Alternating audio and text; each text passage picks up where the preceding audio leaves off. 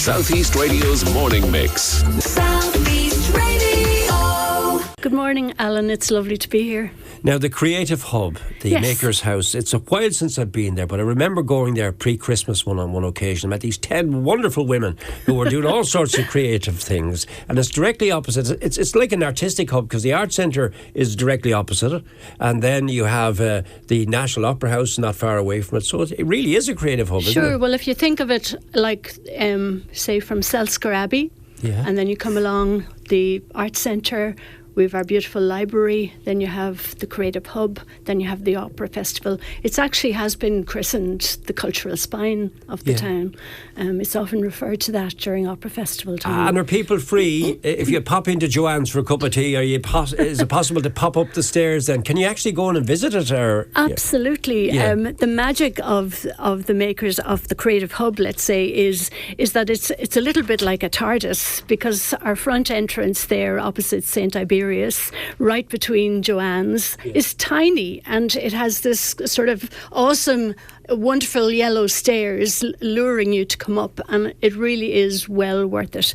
Yeah. And can I just say, because there are lots of people who maybe need some accessibility, so it's also possible to come in from the Malin Street end right beside the Red Kettle. Yeah. And if you come in that end, you actually, the first premises you come across practically, I think where the second is the Makers House itself. Right, the Makers House. Can you talk to me a little bit about the Makers House and particularly about August Craft Month? Sure, I would love to. Yeah. I'm passionate about the Makers House. I have been involved, not from the outset. It began 5 years ago, August 5 years ago, and I joined about a year later, the following July.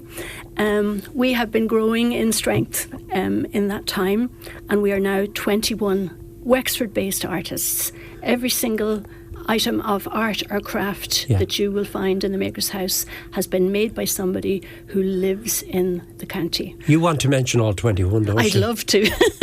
How fast can you do it? I can do it pretty quickly. A sprint? I have a wee list here to make sure I don't forget anybody.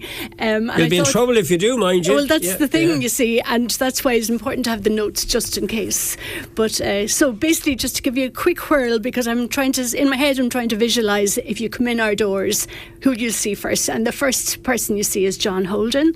He's one of our photographers. We also have Kristen Gray, two fabulous Wexford-based photographers. That's two of them. 19 to go. We have quite a selection of artists. I think we've about 7 artists, myself included. So those who know me will know that I have my influence is Japanese ideas, and I particularly paint cracked pots repaired with gold. Right. We also have Heather McCann, who creates these amazing mandalas. Helen Woods, who creates encaustic, semi-abstract sort of forest scenes, seaside scenes. Emily Stamp, who is the most amazing watercolourist who paints animals with personalities. Like, I dare you not to laugh or smile when you look at Emily's work. We also have Lar Joyce. Lar is a beautiful... He paints mainly landscapes and animals. He paints the most amazing horses, birds. Gilly Thomas, fabulous sculptor that I have personally exhibited with for many years during Opera Festival.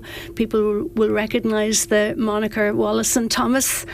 And then we also have Bernadette Kavanagh, who is actually a pebble artist. And Pebble artist. She works with pebbles and sea glass, and she even makes jewellery with sea glass as well. Right. We have 2 print artists, Anne Kenny, who also her work is in print and also collaging combined materials, and she creates books. And then we have Dmitry Kushnar, who is actually from the Ukraine, believe it or not, but he comes under the gamut of he lives in Wexford, and he has been living in Wexford for a couple of years now, and Dmitry makes fine art prints. Then we have stained glass artist Pauline Quigley, whose work is absolutely stunning, really beautiful, jewel-like ceramics.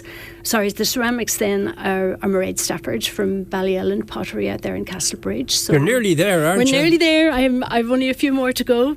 Roy Gallagher makes leather goods from start to finish. He cuts them, he stitches by hand. You can actually watch him. He's often there on a Saturday, and he will have his work with him, and you can watch him as he works.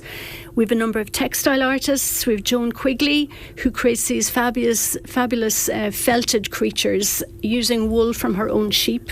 Right. Sharon Murphy from Handmade Studio, who again creates these really funky textile bags and tote bags. And she also makes beautiful jewellery. Deborah Cogley, she actually is a painter, but we don't have her paintings in stock at the moment, but we do have her fabulous textiles. She does cushions and lamps, which are fabulous. Okay. We have a herbalist, Phil Walsh from Wild Herbs Herb Elixir, she grows her own herbs, and she makes these fabulous soaps and sleep pillows and various balms and whatnot. I've only 3 more to go. You're doing well. Two more to go. 2 more to go. Annette Byrne of Jewels You Love, who's a jeweller and creates the most stunning jewellery. And last but by no means least. And last by no means least, we light the candle.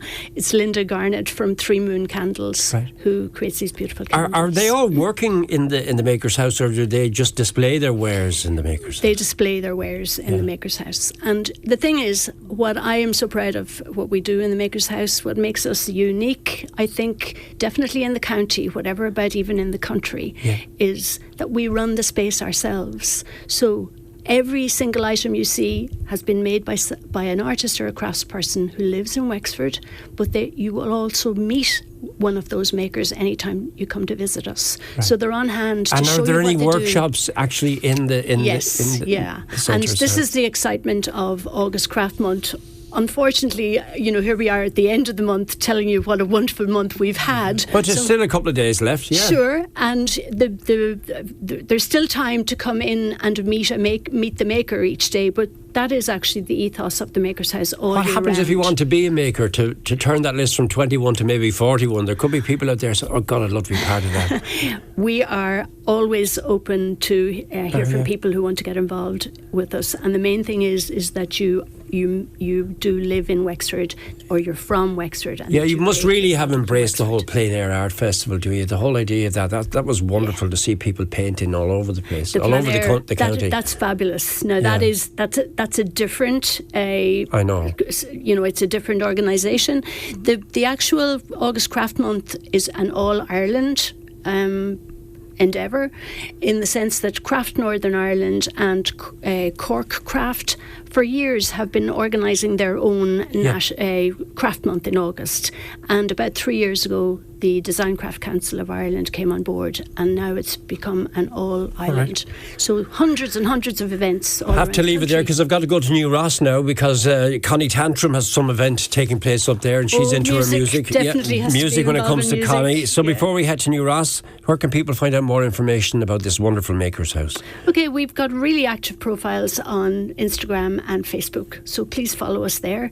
It's very easy to find us now that I've given you directions, where I tend to think of us as the not so hidden jewel of Wexford, because we're right there in the very centre of the town. It's just a matter of come find us, go up those yellow stairs, or come in by the red kettle. They're the 2 colour marks to watch out for. The Makers House. Mary, thanks for joining us. Thanks, Alan. It's been lovely to talk to you again. Good morning to you. Southeast Radio's morning mix. Southeast